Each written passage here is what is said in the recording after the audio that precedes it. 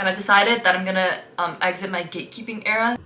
Oh my god. Like, hi. Can't believe that this is gonna be my second time making this kind of video, which is crazy. I remember the first one like it was yesterday. I still feel like a baby, but this is already my second one. Is it too early for this video? Maybe. But I was scrolling through like my Goodreads like read. I was looking through them. I'm like, oh my god, there's so many good books. My best books of 2022 is gonna be so long. And so anything from this video on, December 11th on that I read, I'm gonna like make a note to count it in like my next year. Did I introduce myself? Hi everyone, it's Sunny. Welcome back to my channel. Oh my gosh, I honestly love talking about these books. Oh my, I've read so many good books this year. Wow, what a treat. Authors have been so generous with us today. I'm just gonna do what I did last year, which is I'm just gonna go through in like chronological order from the beginning of the year until now. When like a standout book, I see one, I will tell it to you guys. I enjoy most of the books that I finished reading, otherwise I would just not finish them. Some books have that special sparkle, like, and I know which books they are. The ones that I'm like, this is definitely one of the best books I've ever read, and everybody needs to read it right now. Okay, starting from the beginning of the year. Oh my gosh, I feel really basic.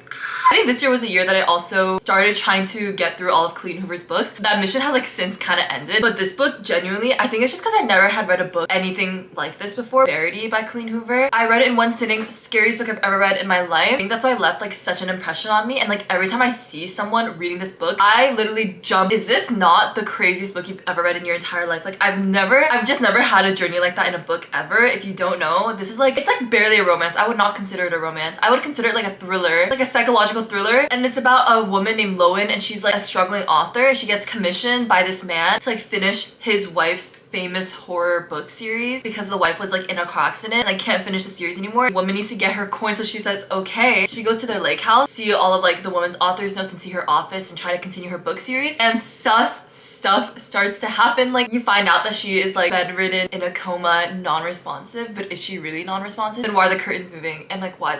Oh my gosh, it's so scary. Don't read this book when you're home alone. And the plot twist, amazing. Honestly, such an entertaining book. Like if you just want to like sit down, turn the entire world off, this is such a good book to do that with. The next book. Oh my gosh, I forgot that I read this book, and I forgot how obsessed I was with it. Best bodyguard romance book I've ever read, because I didn't think that I liked bodyguard romance. I didn't think I liked that trope at all until I read Tokyo Ever After by Emiko Jean. No, because I literally pledged allegiance to the flag. The way that I was so in love with this man. Our main character is a girl named Izzy, and she's just a cute little Japanese American girl going to high school until she finds out that she's actually the daughter of like the Prince of Japan or something, and she's part of the royal family, and so she has to fly off to Japan. And who does she meet on the plane there? Her bodyguard named Akio, I think is his name. I am in love with this man.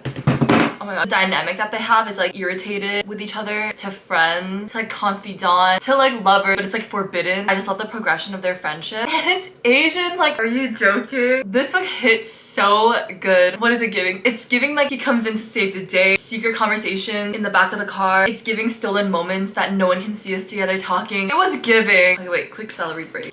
Amazing, go read this book. I can't go this video without talking about The Summer series by Jenny Han. The Amazon Prime TV adaptation blew up. I binge watched that TV show because I binge read these books. My favorite one has to be the third one, We'll Always Have Summer, because if you don't know, this book is kind of like, it's like childhood, friends to lovers, unrequited love, love triangle between brothers. Our main character Belly, she's like coming of age, like summer lake house vibe. In this love triangle, like Jeremiah's like golden retriever energy, Conrad is like black cat energy, like not exactly black cat, but like something has changed with him. In the first book, we only get Belly's point of view. In the second book, we get Belly and Jeremiah's point of view, but it all was in anticipation of the third book, We'll Always Have Summer. Finally get Conrad's point of view, and he is like the biggest question mark, and I always love a character that's a question mark. And I love that in the third book, you like jump through different timelines and you're like, oh, so this is what he was thinking when this happened in the previous book. It wasn't what we thought. It paints him in a completely different light, and you understand, like, just like misunderstood. And I just love him so much. I really love like a tortured fictional man. They're definitely my favorite one. The next book, I literally recommend this book. This has been the book for me to recommend to people this year. Every single person, I've recommended it to every single person, and every single person who has trusted me and taken me up on the recommendation, 100% money back guarantee. They have always loved it, and I'm like, I told you so. And I decided that I'm gonna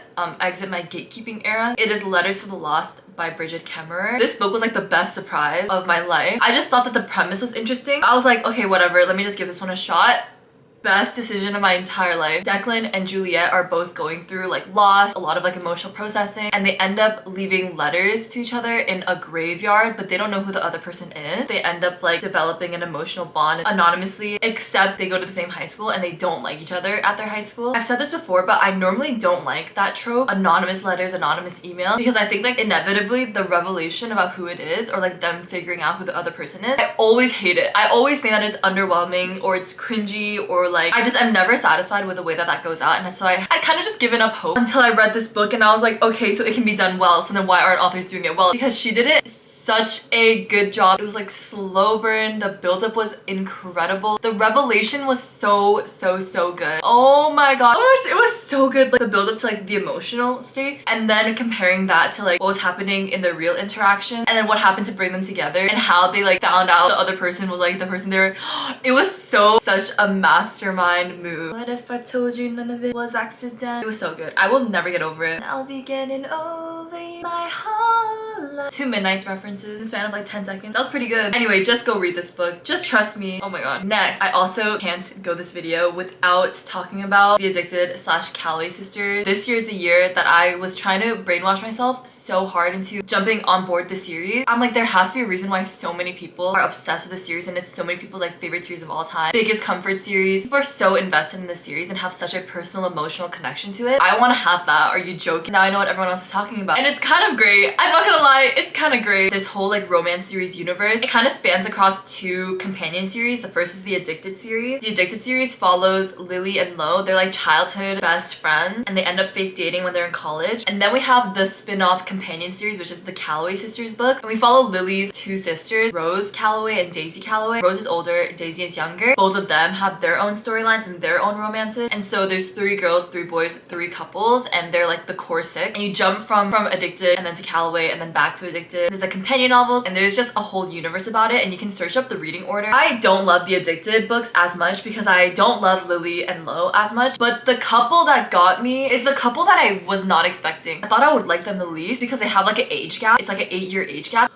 Oh my god. The way that Daisy and Reich hit me like a semi-truck, bro, it was not for the faint-hearted. They're my favorite couple in this book series. I think Reich has to be my favorite one out of the entire core 6. I love Reich Meadows so much. The second that he showed up in the first book, I was like, who is this man? I was intrigued. Really aggressive and intimidating, but like so caring. Really empathetic. Never read any book character like that before. I just loved his character so much. Reich and Daisy. Unexpected, but like why does it work out perfectly, and why are they literally soulmates? And you get to like see the slow burn. Like they don't get together until like maybe the 4th or 5th book in the series, but you like see them first meet each other in like the 2nd book, friends in like the 3rd book, like just go through all this stuff together before anything romantic happens. It's kind of like brother's best friend romance, like no one wants them together, and it was just so perfect. I just loved their relationship so much, and it was like the one that I was expecting the least. Like it actually came out of left field for me, and I was like a changed woman. Anyway, the next book I want to talk about is One True Loves by Taylor Jenkins Reid. Fun fact, I bought 2 copies of this book and gave it to 2 of my friends. Personalized messages on the front and a personalized quote from this book. I need to make people read this. It is such a good book and underrated. It's a backlist Taylor Jenkins Reid book, so I don't think it's as popular as like Daisy Jones or Evelyn Hugo. But One True Loves was such a surprise. Like this has some of my favorite quotes in it. Let me just read you a couple of my favorites. I honestly think everyone would benefit from reading this book. Just because something isn't meant to last a lifetime doesn't mean it wasn't meant to be. Maybe if you're the kind of person who's willing to give all of yourself, the kind of person who is willing to love with all of your heart, even though you've experienced just how much it can hurt, maybe you get lots of true loves then. Maybe that's the gift you get for being brave.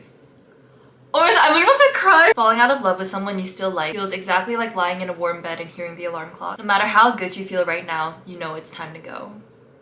You know when it's time to go. I literally just love this book so much. It's about a woman named Emma, previously married and in love with someone. They ended up dying in a plane crash, and then she ended up falling in love with another guy, and then she gets a phone call that her previous love is actually not dead and he's coming back into her life, and now she's like in this whole conundrum. I can't overstate enough how much I feel like everybody would benefit from reading this book. This is going on my list of like universally recommended books. Next, A Darker Shade of Magic by V.E. Schwab. I am literally so late to the bandwagon. You know, in the movie Snowpiercer, I'll be that freaking polar bear at the end. I never got on the train, never. It has the best side plot, slow burn romance in a fantasy book, which is like my favorite brand of books ever. The dynamic between our main character Kel and then like the love interest Lila, I love their dynamic so much, and I feel like it's really rare to come across like it be done that well. Like those are special, and I can like sniff it out like a dog. The second that I started reading it, I was like, yeah, it's definitely joining like little bucket of like fantasy books that have like that kind of relationship in it. There's a lot happening, a lot of characters. Obviously the romance is like not the main part, but to me that was what put this book over the edge. She like starts joining him on his adventures. Like it feels like a Doctor Who companion dynamic, companionship to friendship, and then like literally almost barely nothing like that has to do with lovers at the end of the first book, because then I read the second book and it was like the pining and like, everything like that I love, because you know what I love? I love watching the characters have to admit to themselves that they are whipped for someone. I think that's like one of the best parts about reading a book. I want to see you admit to yourself. I want to see you admit to yourself that you're in love with this person and like have a hard time with it and like try to keep it a secret. I think that's like one of the best, most fun parts about reading a book, and this book I feel like did it really, really well. Next, Queen of the Tearling by Erica Johansson. Another amazing fantasy. Honestly, I have not been like scoring. I don't think score. Wow, score in Aspen Tree. You guys know what video I'm talking about. Yeah, I have not been scoring with like the fantasy books this year, but this one was an